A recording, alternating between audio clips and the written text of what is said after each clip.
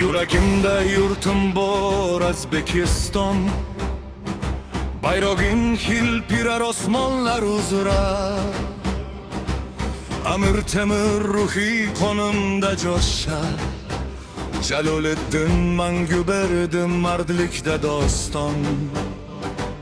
Bobur bobom yurtdan yiroq ketgan, lekin yurakda vatan qolgan armon.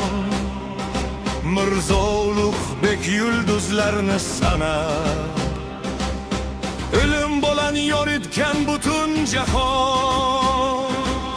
Jonlarda o't surgan ajdodlar ruhi, qalblarda yonadi alangadek kuch.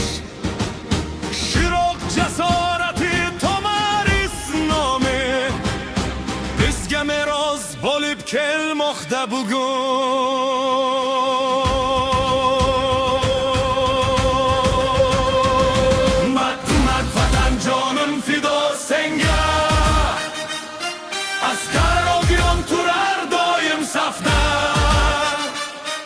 Temuriy avlodimiz bukilmas boshmiz, O'zbekiston uchun uradi yuraklar.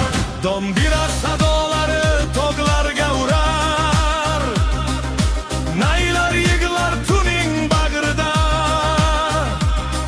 Askarlar bir ovoz bo'lib kuylaydi, yurtim degan sado har yurakda. Samarqand osmoni tarixga guvoh, Buxoro nafasi qadimiy doston. Xiva devorida ajdodlar izi, Toshkent tonglari yangi bir zamon. Vatan vatan jonim fido senga, bayrog'ingni tutib yuramiz mardona. Bobolar qonidan kuch olgan avlod, O'zbekiston sen bilan faxrlanamiz. Dum dum dum yuraklarda sado, dum dum yuraklarda sado, dum dum yuraklarda sado. Dum dum dum yuraklarda sado, saf tortib boradi mardoqlonlar. Ajdod ruhi bilan baland turamiz. Temuriy avlod biz hech yengilmaymiz. Ko'ksimizda porlar muqaddas nishon, har bir qadamimiz vatan uchun jon. Sarxallarda turgan mard askarlarimiz, yurt tinchligi uchun uyg'oq har zamon. Qo'qon shamollari kuylaydi sekin, Andijon tongida yangraydi sado.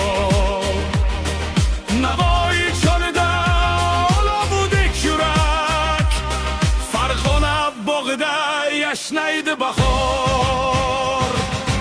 Alpomish ruhi bor o'zbek qonida, Rustamlar tugilgan shu aziz yurtda. Tohiru Zuhra deb sevgan xalqimiz, mehr bilan yashar doim yurakda. Ey O'zbekiston buyuk diyor,